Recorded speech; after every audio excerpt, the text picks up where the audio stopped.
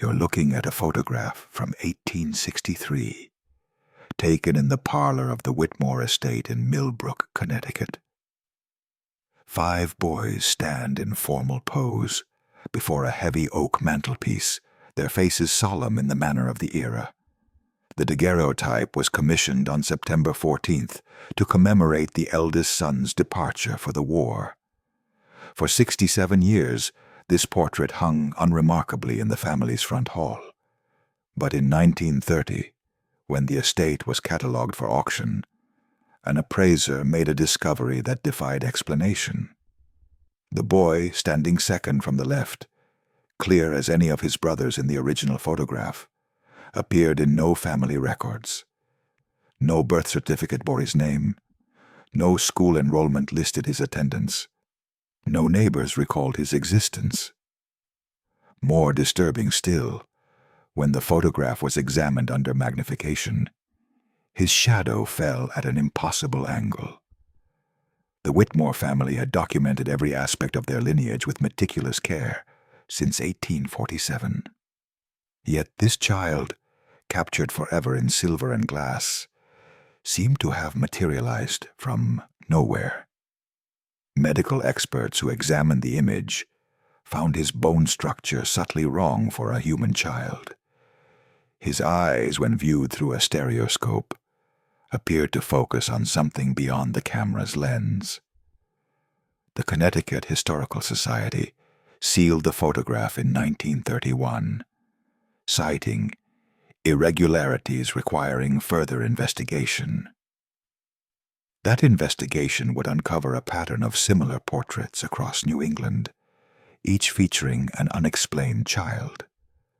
What you're about to hear began with a simple family portrait, but it ends in questions that photography was never meant to answer. Each documented case shared 3 elements: a formal sitting, a missing child, and shadows that fell wrong. The Whitmore photograph was merely the first to be scrutinized with scientific instruments. When those instruments revealed what the naked eye could not see, the investigation took a decidedly darker turn. The boy's clothing, though period-appropriate, showed wear patterns inconsistent with normal childhood activity. His expression, initially thought merely stoic, displayed a peculiar intensity when viewed through modern optical analyses. By 1932, 7 similar photographs had been identified in archives from Boston to Burlington. In each case, genealogical research confirmed the same impossible truth: the extra child had never existed. Yet there they stood, as solid and present as their documented siblings. The implications troubled even the most rational investigators of the time. Photography, invented to capture truth, had somehow preserved something that defied all logical explanation. The Whitmore case file, housed now in the restricted archives of the Blackwood Institute, contains 247 pages of testimony. None of it provides a satisfactory answer to the central question that haunts every investigator. Who was the boy in the photograph, and how did he come to stand among the living? The case remains open to this day.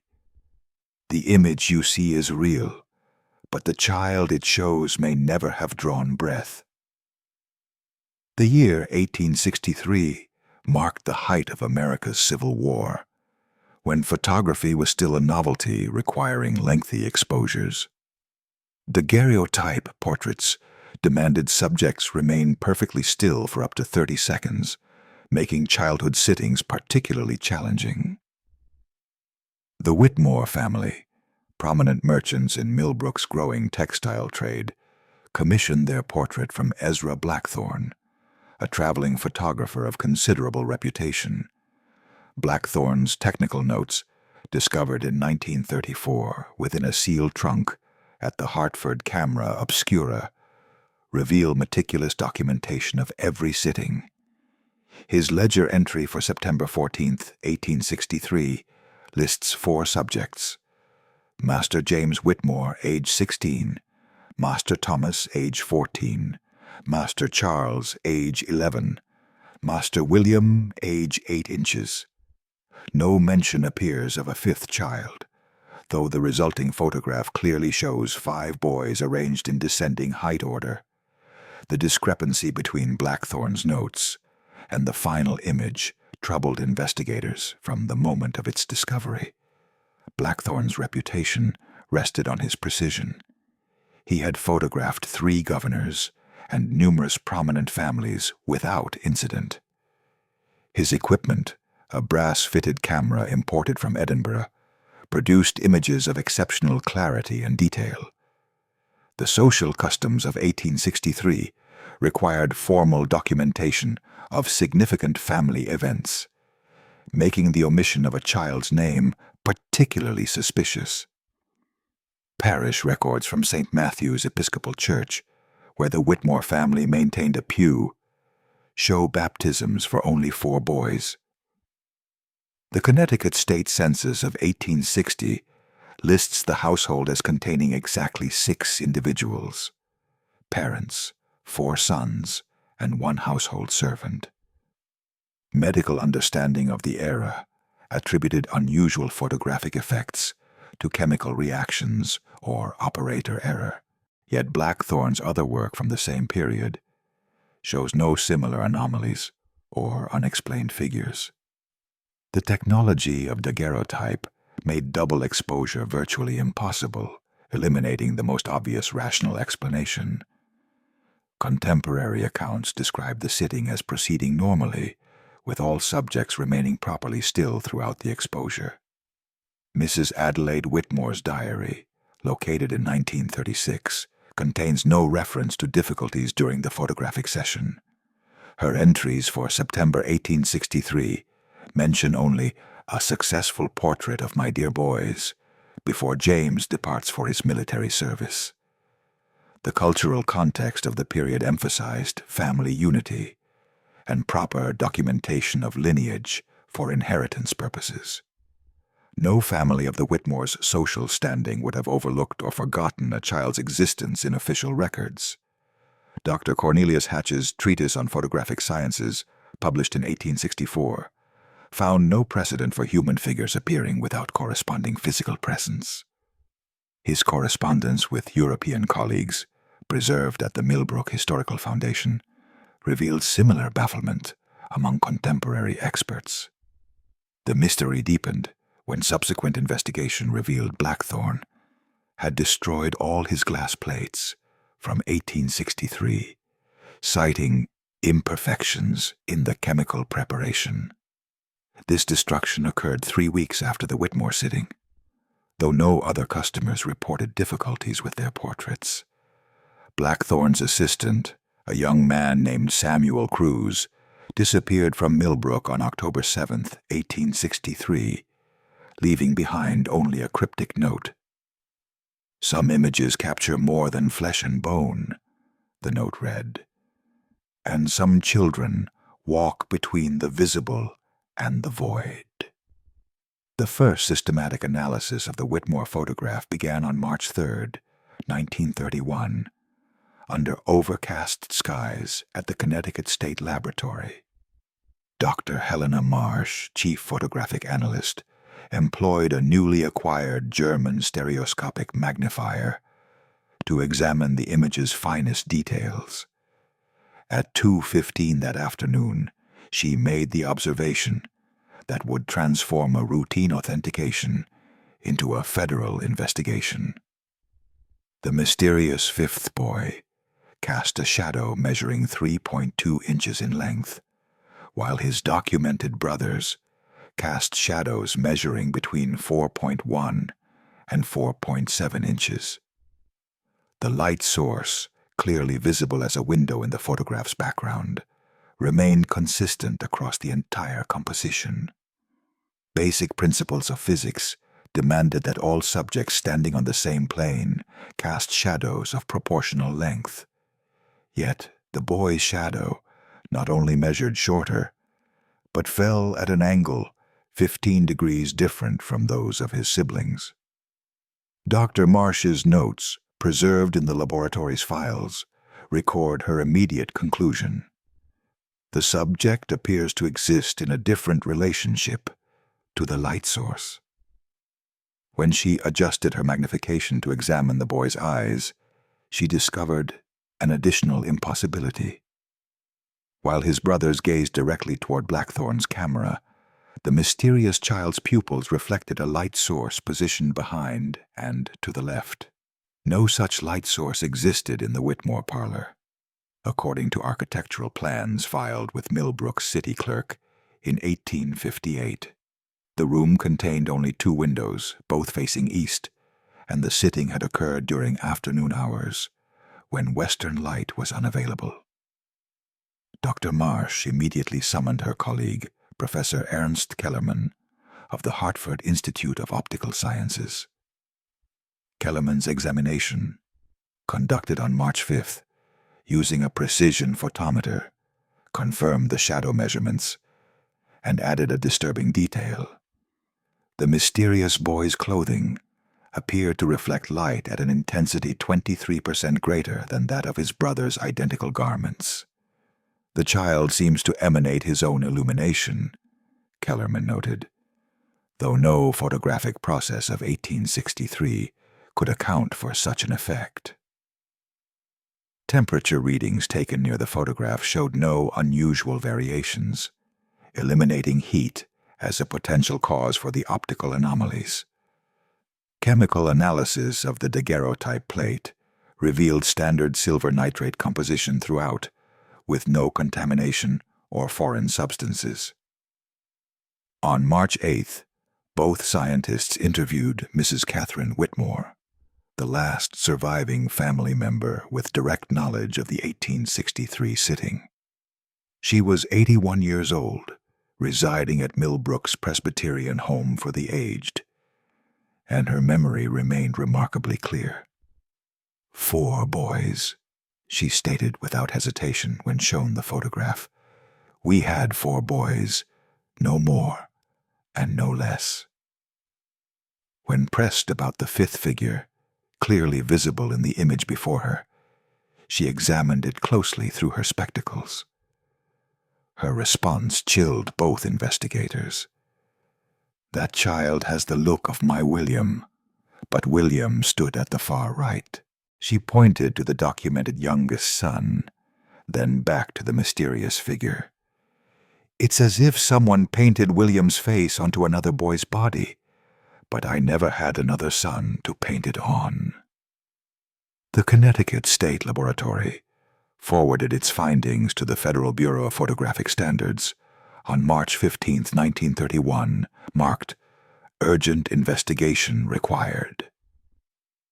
Bureau Director Samuel Thornfield assigned the case to his most experienced analyst, Dr. Margaret Ashworth, of the National Optical Research Division. Dr. Ashworth arrived in Hartford aboard the 6:42 morning train on March 22nd, carrying with her the most advanced photographic equipment available. Her preliminary report, filed 3 days later, elevated the Whitmore case from curiosity to national security concern. Using spectrographic analysis, she determined that the mysterious boy's image contained metallic traces not present in standard daguerreotype chemistry. The traces consisted of silver compounds arranged in crystalline patterns that had no known natural formation process. The subject appears to have been photographed through a medium that does not exist in conventional optics, her report concluded. She recommended immediate consultation with Professor Aldrich Morrison of the Cambridge Institute for Advanced Photographic Sciences. Morrison's telegram, received on March 28th, contained a single disturbing line. Have identified 7 similar cases. Pattern suggests systematic occurrence. His subsequent arrival in Hartford brought with him files documenting identical anomalies in portraits from Massachusetts, Vermont, and New Hampshire. Each photograph featured a family group with one child who appeared in no official records, cast impossible shadows, and reflected non-existent light sources. The Morrison files, classified immediately upon review, contained dates ranging from 1859 to 1867, all within the daguerreotype era. Every case involved prominent families, professional photographers of established reputation, and careful documentation of the sitting arrangements. Dr. Reginald Harper, Morrison's associate from Boston University's Department of Phenomenal Photography, examined the comparative evidence on April 2nd. His analysis revealed that all mysterious children shared subtle facial characteristics, despite appearing in unrelated family portraits across different states. Bone structure measurements, conducted using the newly developed anthropometric techniques, showed variations of less than 2% between subjects. "We are not observing random photographic errors," Harper concluded, "but rather the repeated appearance of a single individual across multiple families." The implications of Harper's findings prompted immediate expansion of the investigation under federal oversight. A sealed memorandum from the Department of Unusual Phenomena, dated April 8th, authorized unlimited resources for what was now designated Operation Mirror Child. Field agents began systematic searches of photographic archives throughout New England, following Morrison's established criteria for identification. By April 20th, they had located 17 additional cases, extending the pattern's geographic range to include rural communities in Connecticut, Massachusetts, Rhode Island, Vermont, New Hampshire, and southern Maine. Each new discovery reinforced Harper's conclusion about facial similarities, while adding troubling details about the photographers involved. Of the 19 documented photographers, 11 had died within 5 years of taking the anomalous portraits, and 4 had suffered complete mental breakdowns. The remaining 4 had disappeared entirely, leaving behind only their equipment and cryptic notes about children who walk between light and shadow. Laboratory analysis of the photographer's remaining work showed no other instances of unexplained figures or optical impossibilities. The phenomenon appears to have targeted specific individuals during a limited time period, noted Dr. Sarah Blackwood, the investigation's newly appointed coordinator. 3 competing theories emerged from the federal investigation, each supported by compelling evidence, yet contradicted by insurmountable facts. The rational explanation, championed by Dr. Ashworth, proposed a previously unknown chemical reaction between daguerreotype plates and atmospheric conditions during 1859 to 1867. Solar activity records from the Harvard Observatory showed unusual electromagnetic disturbances throughout this period, potentially affecting photographic chemistry. Laboratory attempts to recreate these conditions successfully produced faint secondary images on test plates supporting the atmospheric theory. However, the theory failed to explain why the mysterious figures appeared as complete detailed children, rather than random chemical artifacts. The procedural theory developed by federal agent Thomas Crane suggested an elaborate hoax perpetrated by a network of photographers for unknown purposes. Crane's investigation revealed that 5 of the photographers had attended the same technical symposium in Philadelphia during March 1859. Financial records showed unusual payments made to several photographers from an untraceable Boston banking house during the relevant period. This theory accounted for the coordinated nature of the appearances and the photographers' subsequent deaths or disappearances. Yet it could not explain the advanced optical techniques required to create such convincing false images using 1860s technology. The third theory, proposed reluctantly by Professor Morrison, suggested the photographs captured temporal displacement. Children from different time periods appearing simultaneously. Morrison's analysis of historical records revealed that each mysterious child bore striking resemblance to family members who had died in infancy decades earlier. The Whitmore boy, for instance, matched perfectly with medical records of stillborn twin William, who had died at birth in 1847. Similar patterns appeared in 12 other cases with the mysterious children, corresponding to documented infant deaths within the same families. This theory explained the facial similarities and the children's apparent unfamiliarity with their surroundings during the sittings. However, it required accepting that photographic plates could somehow record events across different temporal periods. Dr. Blackwood's classified report, submitted to Washington on May 15, 1931, acknowledged the inadequacy of all three theories. Each explanation addresses certain aspects of the phenomenon while failing catastrophically to account for others, she wrote. We are confronted with evidence that challenges fundamental assumptions about the nature of photographic documentation.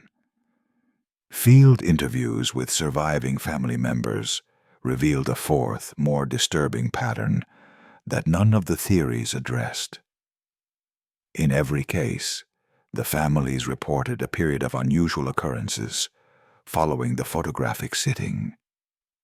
Children spoke of playmates who appeared only in peripheral vision. Temperatures dropped inexplicably in certain rooms, and servants reported hearing additional footsteps in empty corridors. These phenomena typically lasted between 6 and 18 months before gradually subsiding. The correlation between the mysterious photographs and subsequent paranormal activity suggested a connection beyond mere documentation. The sittings may have served as a catalyst, Morrison theorized, opening doorways between our world and whatever realm these children inhabit. The most harrowing incident occurred at the Blackwood Institute on the night of June 3, 1931, during what was intended to be the final examination of the Whitmore photograph. Dr. Helena Marsh had remained after hours to conduct photometric readings using the Institute's new German precision equipment. At 11:47 p.m., as she adjusted the magnification to examine the mysterious boy's reflection in a parlor mirror, visible in the photograph's background, the laboratory's temperature dropped 18 degrees in 30 seconds. Her breath became visible in the suddenly frigid air, and the brass fittings on her equipment contracted with sharp metallic pings. At precisely 3:17 a.m., according to the laboratory's chronometer, Marsh observed movement within the photograph itself. The mysterious boy's eyes shifted from their fixed gaze toward the camera to look directly at her through the magnifying lens. His mouth opened as if to speak, though no sound emerged from the daguerreotype plate.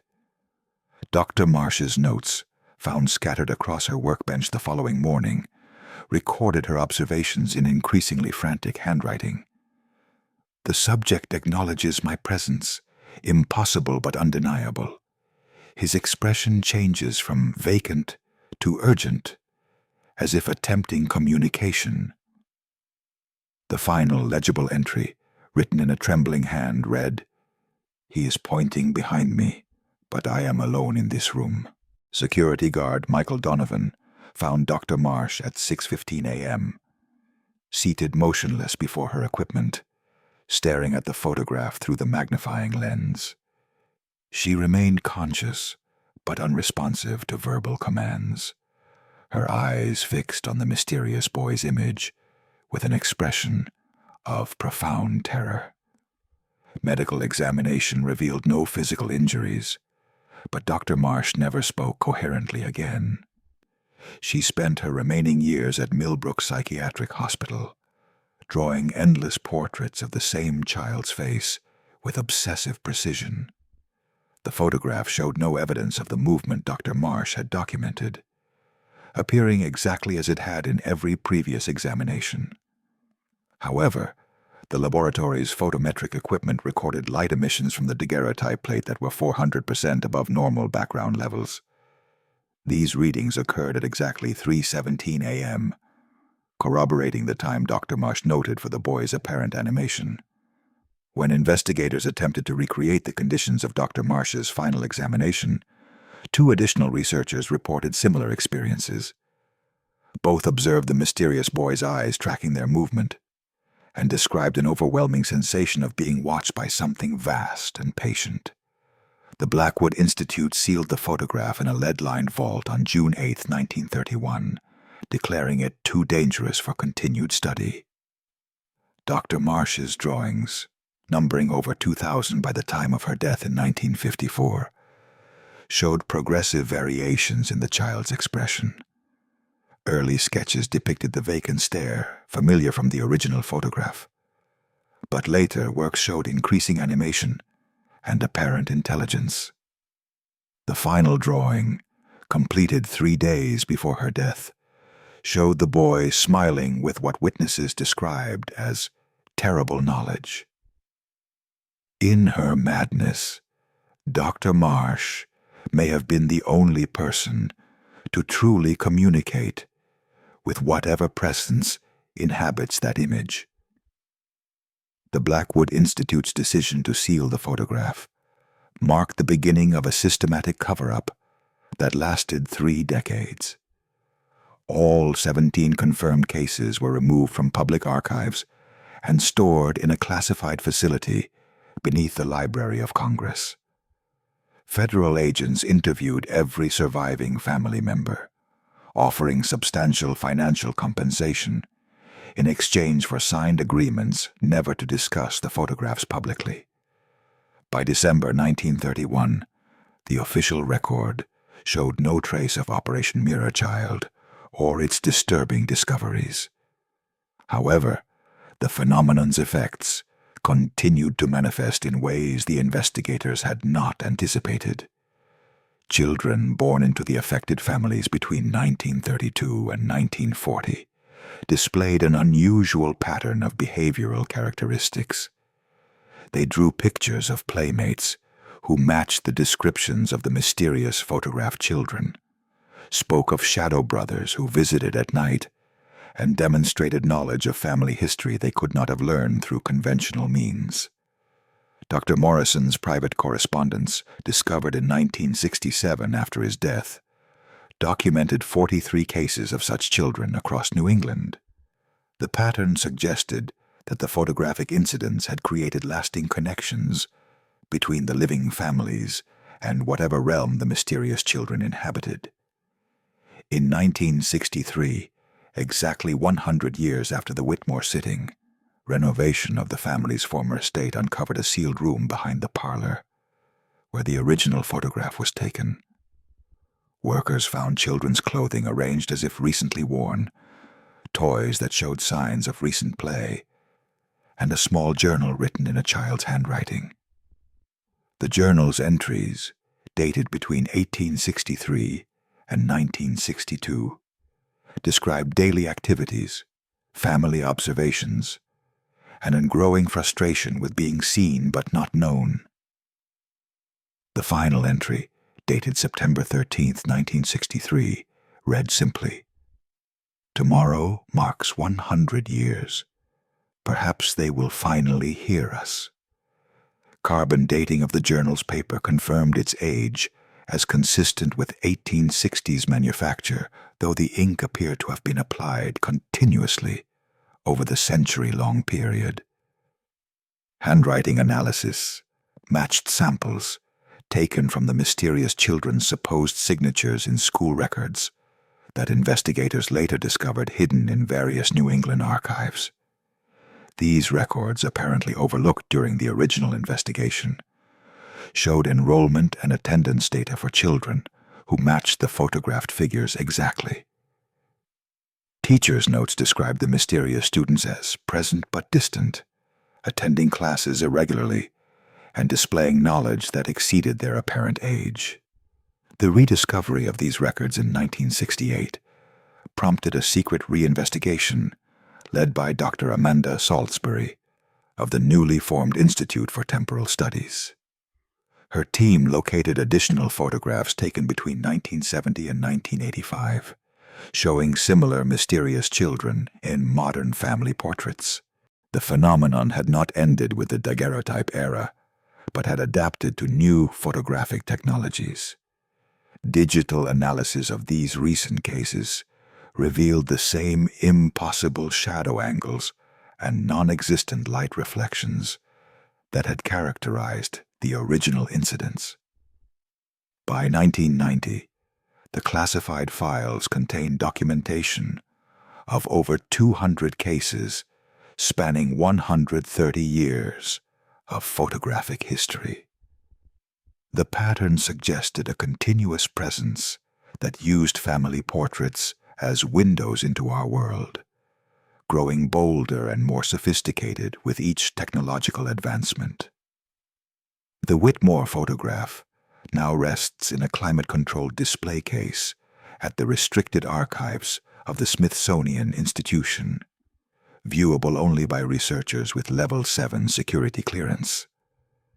Digital scans made in 2019 using quantum-enhanced imaging technology revealed previously invisible details that have reopened the investigation under modern scientific protocols.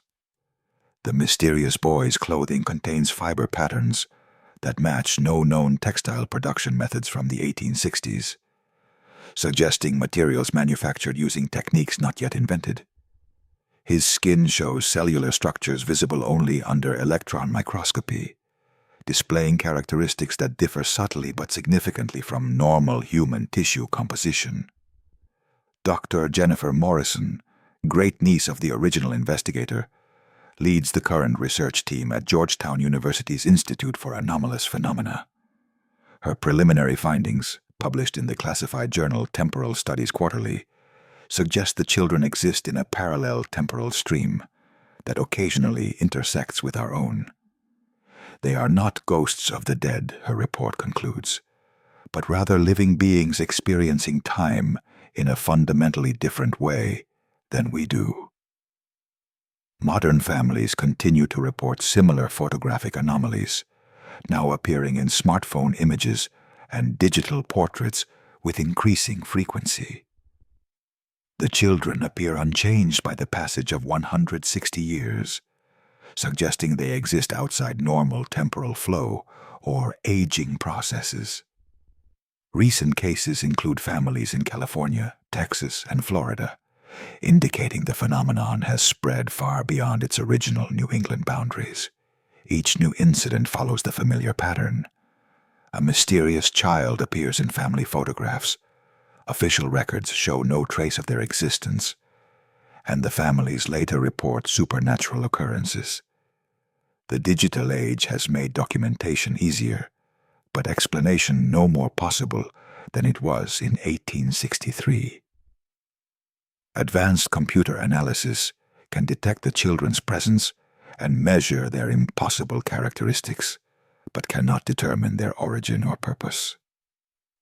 What began as a single family's portrait has revealed a mystery that spans centuries and challenges our understanding of reality itself. These children, captured in silver and pixels across multiple generations, continue to watch us from their impossible existence between light and shadow. They seem to be waiting for something, growing more visible and active with each passing decade. The question that haunted investigators in 1931 remains as urgent today. Who are these children, and what do they want from the families they choose to visit?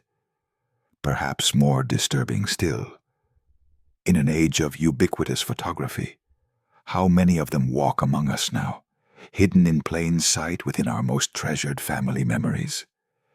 The files remain open, the mystery unsolved, and the children still appear whenever families gather to preserve their bonds in permanent images.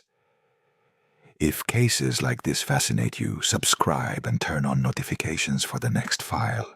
In March 2023, artificial intelligence analysis of the Smithsonian's digital archives made a discovery that transformed the entire understanding of the phenomenon. Dr. Sarah Chen's machine learning algorithm, designed to detect facial recognition patterns across historical photographs, identified the mysterious children in over 3,000 images spanning from 1859 to present day. The AI's processing power revealed what human investigators had missed. The children were not random appearances, but followed a precise mathematical pattern of manifestation. Every appearance occurred during significant family transitions, births, deaths, marriages, or departures, suggesting the children served as witnesses to pivotal human moments.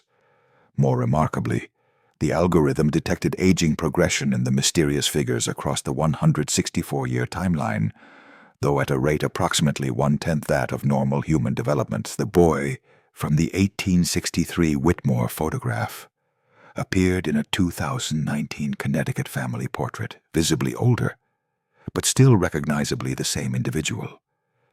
Facial mapping confirmed a 99.7% probability match, accounting for the subtle changes consistent with extremely slow aging over 156 years.